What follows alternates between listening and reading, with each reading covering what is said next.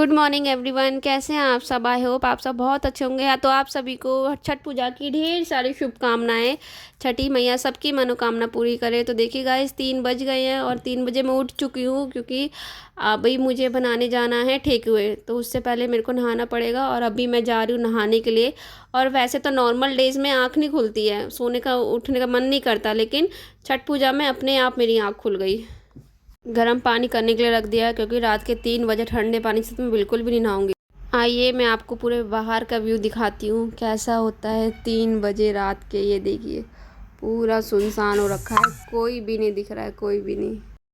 मैं नहा कर आ गई हूँ और रात को नहाने में इतना ठंड लग रहा था, मेरे को गर्म पानी से नहाने में भी इतनी ठंड लग रही थी। तो नहा के आ गई हूँ। सबसे पहले मैं अप्लाई करूँगी सनस्क्रीन। ही देखिए सनस्क्रीन भी मेरी ख़त्म हो चुकी है, लेकिन गर्मी और सर्दियों में डॉक्टर सेट की सनस्क्रीन लगाती हूँ क्योंकि जो सनस्क्रीन है ना बहुत ज़्यादा अच्छी है।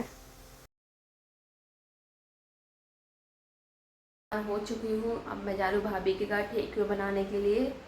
इतना सुबह सुबह तो हम कभी भी नहीं उठते, लेकिन छठ है तो आज तो हमें उठना ही पड़ेगा, ना चाहते हुए हमें उठना पड़ेगा आज। तो मैं उठ के तैयार हो चुकी हूँ। अब मैं जल्दी जाती हूँ ठेकुआ बनाने के लिए, ऑलरेडी मैं लेट हो गई हूँ। यहाँ पे ठेकुए का आटा गूंद चुका है, अब इसका बनाएंगे हम ठेकुआ। और जो आटे के ठेकुए बनते हैं ना, जो प्रसाद के लिए अर्घ के लिए ठेकुए बनते हैं, वो बनते हैं एकदम प्योर घी में बनते हैं।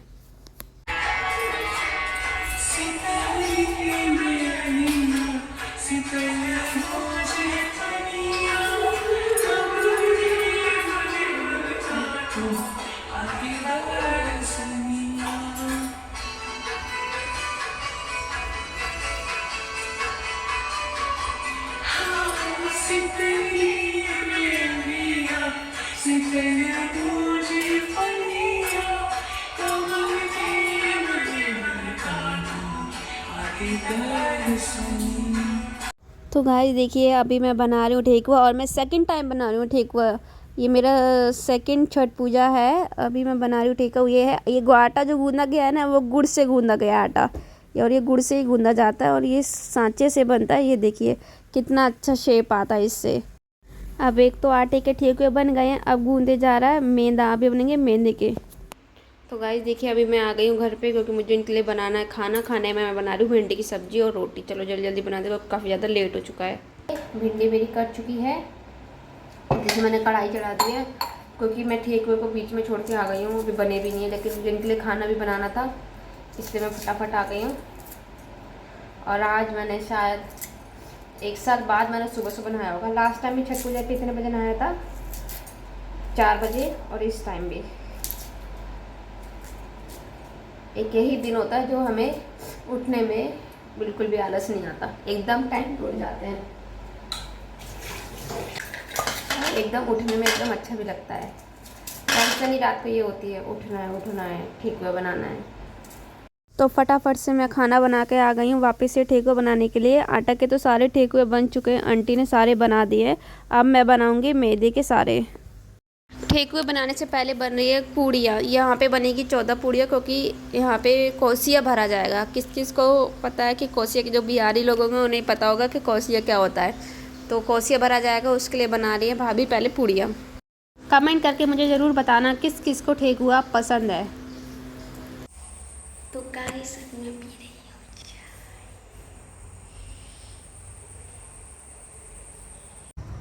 गाइस। वैसे बालकनी में चाय पीने का अपना अलग ही मजा। चीयर्स।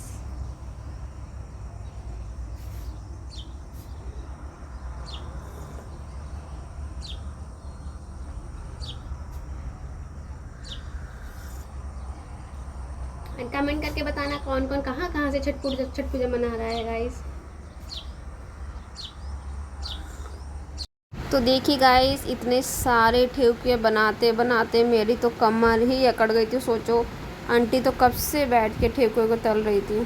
सारे ठेकुए बन चुके हैं। अब मैं जा रही हूँ नीचे खाने की तैयारी करने के लिए, क्योंकि इनके लिए तो मैंने खाना बना दिया था, तो ये खा के चले गए हैं, लेकिन अब सबके लिए घर पे सबके लिए खाना बनाना पड़ेगा। तो अब जाते हैं खाना बनाने के लिए। उससे पहले मैं करूँगी घर का काम क्योंकि मेरा घर पूरा फैला हुआ है। ये देखिए छोटू सब बच्चा सो नहीं रहा है, परेशान करने में लगा हुआ है। कब से मैं सुला रही हूँ, सो जा सो जा सो जा, फिर फाइनली थोड़ी देर बाद ये सो ही गया था, परेशान करके। बहुत परेशान हो रहा था क्योंकि इसे कोल्ड हो रहा था बहुत ही ज़्यादा, और सुबह सुबह ये उठ गया था। 10 मिनट के लिए सो गई थी, जैसे 10 मिनट के लिए सोई वैसे बाबू उठ गया, फिर मैं भी उठ गई। अब मैं उठ के जल्दी से मैं बना रही हूँ खाने में मैं बना रही हूँ, मैं दाल चावल बना रही हूँ, और दाल चावल बन रहा है और बन रहा है आलू बैंगन का सब्जी बन रहा है। फटाफट बना देती क्योंकि 10:30 हो गए हैं, फिर मुझे काम भी करना है और तैयार भी होना है, और हमें क्योंकि 3 बजे हमें निकलना भी है, 3-3:30 बजे निकलना है। तो मैंने कहा चलो जल्दी जल्दी अपना पूरा काम खत्म कर लेते हैं।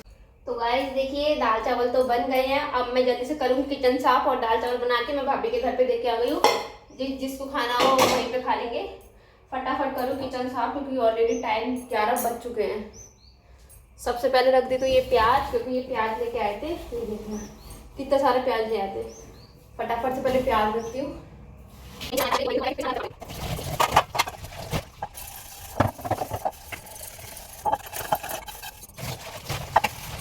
तो देखिए गाइज अभी हो रही है घाट पे जाने की सारी तैयारी। अभी सारे फ्रूट्स कट रहे हैं, ये देखिए। ये भाभी और आंटी जी ने व्रत रखा था, तो भाभी आंटी जी सारी ये तैयारियां कर रही है और मैं सारे फ्रूट्स काट रही हूँ। देखिए गाइस सारी तैयारी हो गई है घाट पे जाने के लिए। अब ये सारा सामान जो है सब जाएगा ये घाट पे। आंटी जी सारी तैयारी कर ली है, सारे फ्रूट सब रख दिए। ये सारा काम मेरा हो चुका है। अब मैं जा रही हूँ फाइनली तैयार होने के लिए। मैंने खाना भी खा लिया, बहुत तेज भूख भी लग रही थी मेरे को। सारा काम डन हो चुका है, सारी तैयारी करवा दी है। अब मैं जल्दी से जा रही हूँ तैयार होने के लिए। मैं हो चुकी हूँ रेडी और हमारी बस भी आ चुकी है। अब हम बस निकल रहे हैं थोड़ी देर में। ये देखिए गाइस आज घाट कितना सुंदर और कितना ज्यादा प्यारा लग रहा है, आप देख ही सकते हैं।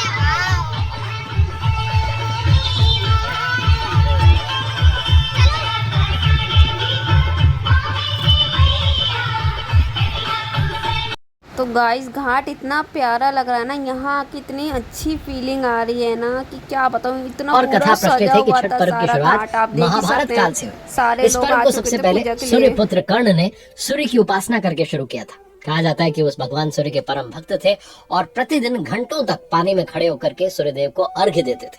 सूर्य की कृपा से वो महान योद्धा बने और आज भी छठ में अर्घ्य दान की जो परंपरा है ये बड़ी प्रचलित है। छठ पर्व के बारे में एक और कथा है और वो ये कहती है कि जब पांडव सारा राजपाट जुए में हार गए तब रानी द्रौपदी जो थी उन्होंने छठ व्रत रखा था। इस व्रत से उनकी मनोकामनाएं पूर्ण हुई और पांडवों को सब कुछ वापस मिल गया। ये भी कहा जाता है कि सूर्यदेव और छठी मैया का संबंध भाई बहन का है, इसलिए सूर्यदेव की आराधना को जो है फलदायी माना गया है। पौराणिक महत्वों की बात करें तो एक और जो है कथा बड़ी प्रचलित है। पुराणों में कहा गया है कि प्रियव्रत नाम का एक राजा जिसकी कोई संतान नहीं थी, इसके लिए उन्होंने हर प्रयत्न कर लिया लेकिन कोई जो है उन्हें फायदा नहीं मिला। तब राजा को संतान प्राप्ति के लिए महर्षि कश्यप ने पुत्र यष्टि जो है यज्ञ वो करने का परामर्श दिया। यज्ञ के बाद महारानी ने एक पुत्र को जन्म दिया लेकिन वो मरा पैदा हुआ। राजा के मृत बच्चे की सूचना से पूरे नगर में शोक छा गया। कहा जाता है कि राजा जब मृत बच्चे को दफनाने की तैयारी कर रहे थे तभी आकाश से एक ज्योतिर्मय विमान धरती पर उतरा। इसमें बैठी देवी ने कहा, मैं षष्ठी देवी हूँ और विश्व के समस्त बालकों की रक्षिका हूँ। इतना कहकर उन्होंने शिशु के मृत शरीर को छुआ, स्पर्श किया और वो जीवित हो उठा। इसके बाद राजा ने अपने राज्य में छठ पर्व मनाने की घोषणा कर दी। अगर साइंटिफिकली बात करें तो छठ पूजा जो है षष्ठी तिथि पर एक खगोलीय घटना होती है और इस दिन सूर्य की जो पराबैंगनी किरणें हैं वो धरती पर अधिक मात्रा में आती हैं जो कि जीवों के लिए लाभकारी होती है। सूर्य की किरणों का वायुमंडल पर जो है स्पेशल इफेक्ट होता है जिससे कि धरती की सरफेस पर जो पहुंचने वाली ये किरणें इनकी मात्रा नियंत्रित हो जाती है और इनका कोई हानिकारक प्रभाव नहीं पड़ता। कहा जाता है कि इसलिए इस दिन जो है सूर्योपासना से मनुष्य के शरीर को और जीवन को बहुत लाभ मिलता है। छठ पूजा की शुरुआत भैया दूज के तीसरे दिन से होती है। ये पूजा 4 दिनों का उत्सव होता है जिसमें पहला दिन नहाए खाए के रूप में मनाया जाता है, जिसमें घर की साफ सफाई होती है और व्रती जो है वो गंगा नदी या तालाब में स्नान करने जाते हैं। कद्दू की सब्जी, मूंग चना दाल और चावल पका करके खाते हैं और ये जो भोजन है ये सिर्फ ताम्रपत्र कांसे का या मिट्टी का जो बर्तन है उसमें ही पकाया जाता है।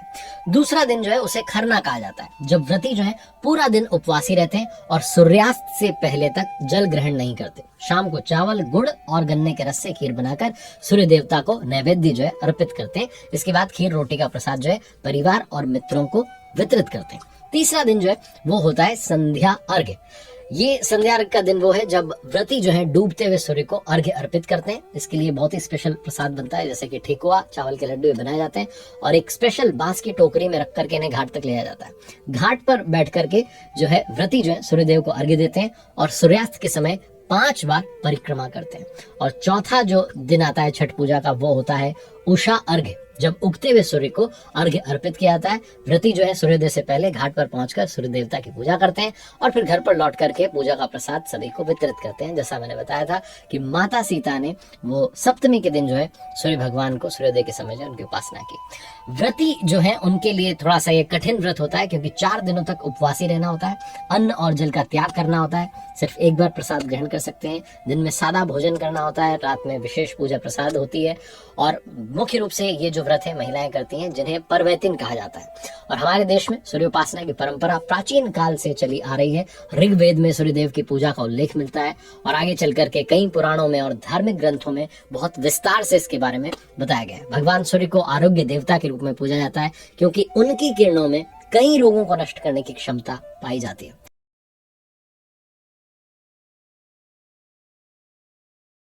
पूजा देखिए गाइस, शाम की पूजा हो गई है। अब सब लोग निकल रहे हैं अपने घर के लिए पूजा करके।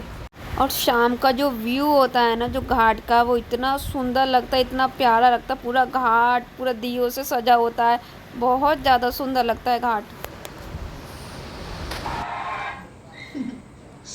खाना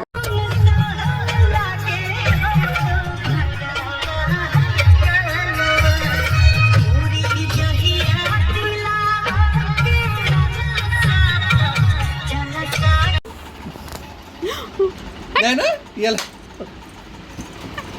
पकड़ पकड़ पकड़ आ गए। आ गए।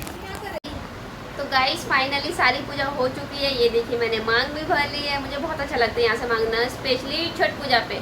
और घाट पे इतना अच्छा लगता है, इतना अच्छा लगता है। वो तो चलिए मैं आपको पूरे ब्लॉग में आपको देखने के लिए मिलेगा ही। तो अब मैं करने जा रही हूँ चेंज, क्योंकि अब जा रही हूँ मैं खाना बनाने, मैं और भाभी खाना बनाने, क्योंकि भाभी और आंटी व्रती है, मतलब वो व्रत है, तो वो तो बनाएंगे, तो हमें ही बनाना पड़ेगा। तो हम बना रहे, मैं और दूसरी भाभी। तो यहाँ पे बना रही है भाभी गोभी की सब्जी और मैं यहाँ पे बना रही थी रोटियाँ। और ये देखिए गाइस, रोटी बनाते बनाते मैं एकदम थक चुकी थी। मैंने कभी इतनी रोटी नहीं थी, मुझे आज बनानी पड़ी। और फाइनली सबका खाना खिला के फिर मैंने और भाभी ने खाना खाया। उसके बाद मैंने थोड़ा सा रिलैक्स होने के लिए मैंने पी कोल्ड ड्रिंक, और कोल्ड ड्रिंक पी के मुझे थोड़ा सा अच्छा लग रहा था। खाना हमारा हो गया है, बर्तन भी मैं धो के आ गई और इतना ज़्यादा थक गई, इतना ज़्यादा थक गई क्या बताऊँ। मैं सुबह 4 बजे से उठी हुई हूँ और अभी बज गए हैं 10:30 और अभी तक नहीं मैं सोई हूँ। तो फाइनली सारा काम हो चुका है। अब मैं जा रही हूँ सोने। 10:30 बजे, 11 तो बज जाएंगे सोते सोते। और 2 बजे फिर उठना है, क्योंकि 3 बजे निकलना है घाट के लिए। तो 2 बजे उठ के फिर नहाना है, रेडी होना है। नींद ही नहीं पूरी हो पा रही। चलो कोई बात नहीं, कल की बात और है। फिर बस बहुत मेहनत की है इस ब्लॉग को बनाने के लिए। प्लीज़ अगर आपको ये ब्लॉग छोटा सा भी अच्छा लगे, थोड़ा सा भी अच्छा लगे, तो लाइक कमेंट शेयर जरूर करना। एंड कमेंट में जरूर बोलना जय छठी मैया। छठी मैया सबका मनोकामना पूरा करेगा। Bye bye guys.